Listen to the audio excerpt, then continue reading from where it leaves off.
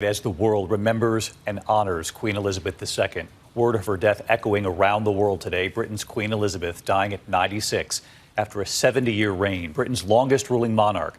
She was a steady figure over so many decades during times of joy and times of turbulent change. A monarch, a leader, a diplomat, a head of state, but also a wife, mother, grandmother, and great-grandmother, committed to duty and service. Just this week, welcoming Britain's new prime minister in person at Balmoral. The royal family sharing this photo tonight and the news that the Queen died peacefully at Balmoral Castle, where she was spending the summer. Earlier, family members gathering, arriving at Balmoral after doctors in a rare public statement reported they were concerned about Her Majesty's health. Charles and Camilla already in Scotland, arriving by helicopter. Prince William with uncles Andrew and Edward flying up from London. Prince Harry also arriving in Scotland. Crowds gathering at London's Buckingham Palace, holding a vigil in the rain today. And then that simple yet powerful image today, the notice posted on the palace gate telling the world that the Queen had passed. Just 48 hours earlier, honoring her last official duty, greeting Britain's new Prime Minister Liz Truss. This was the Queen on Tuesday this week, with her trademark smile right there. And this image amid news of the Queen, a double rainbow over Buckingham Palace today. Tonight here, the Queen in her own words, what she promised at just 21 years old. But first, ABC's Maggie Rulli leading us off tonight from Balmoral in Scotland for us. Tonight, the United Kingdom and the world mourning the loss of one of the most celebrated and revered women of our age, Queen Elizabeth II, passing away peacefully today at 96.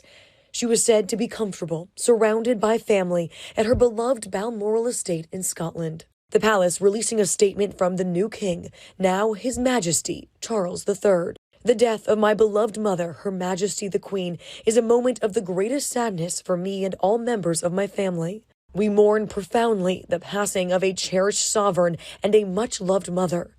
I know her loss will be deeply felt throughout the country, the realms, and the Commonwealth, and by countless people around the world. During this period of mourning and change, my family and I will be comforted and sustained by our knowledge of the respect and deep affection in which the Queen was so widely held. Somber crowds gathering outside Buckingham Palace, leaving flowers at the gates. The notice posted, the flag lowered to half-staff, and as Britain paused, rainbows stretching across the sky. A few moments ago, Buckingham Palace announced the death of Her Majesty Queen Elizabeth II. Anchors on British television delivering the news. Queen passed away earlier today with the family by her side. Pilots even alerting passengers in flight. This morning, hours of uncertainty after that rare detailed statement from the palace. The Queen's doctors, concerned for Her Majesty's health, recommended she remain under medical supervision. Her family racing to their matriarch's side. Charles arriving first by helicopter. Other members of the royal family flying into a foggy Aberdeen airport in Scotland. Prince William looking solemn, walking onto the tarmac. Driving, Prince Andrew, Prince Edward, and wife Sophie, a grandson, sons, and daughter-in-law in grief. Their convoy seen speeding through the estate gates.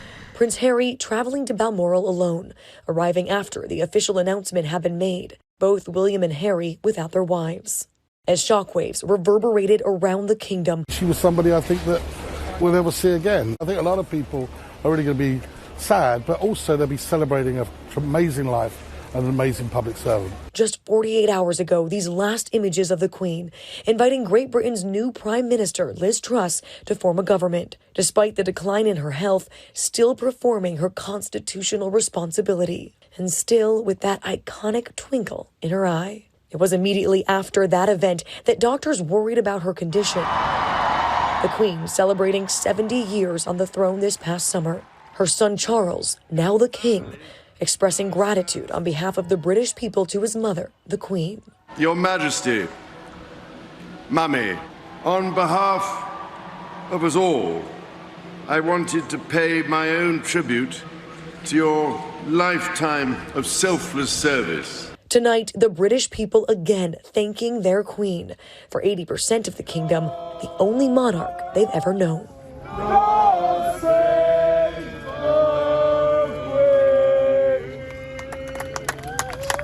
So moving, the crowd's gathering in London. Let's bring in Maggie Rulli. She's in Balmoral in Scotland for us tonight. And Maggie, walk us through what we know so far from the palace about what happens from here. We know Charles will be known as King Charles III. So when do we see him? Where does this go? How will the Queen now be honored in the days ahead? David, well, the palace has confirmed he will go by King Charles III. And we're hearing we should expect the king to travel to London to address the nation. This will be his first speech following his mother's death. Now, after 10 days of national mourning, it's expected her funeral will take place at Westminster Abbey. And David, those days of national mourning will really be a chance for the British public, who so many have gathered here at Balmoral and across the UK today already, to pay their respects and to honor the legacy of Queen Elizabeth. So David. moving, Maggie Rulli leading us off tonight from Scotland. Maggie, thank you. Hi, everyone. George Stephanopoulos here. Thanks for checking out the ABC News YouTube channel. If you'd like to get more videos, show highlights, and watch live event coverage, click on the right over here to subscribe to our channel. And don't forget to download the ABC News app for breaking news alerts. Thanks for watching.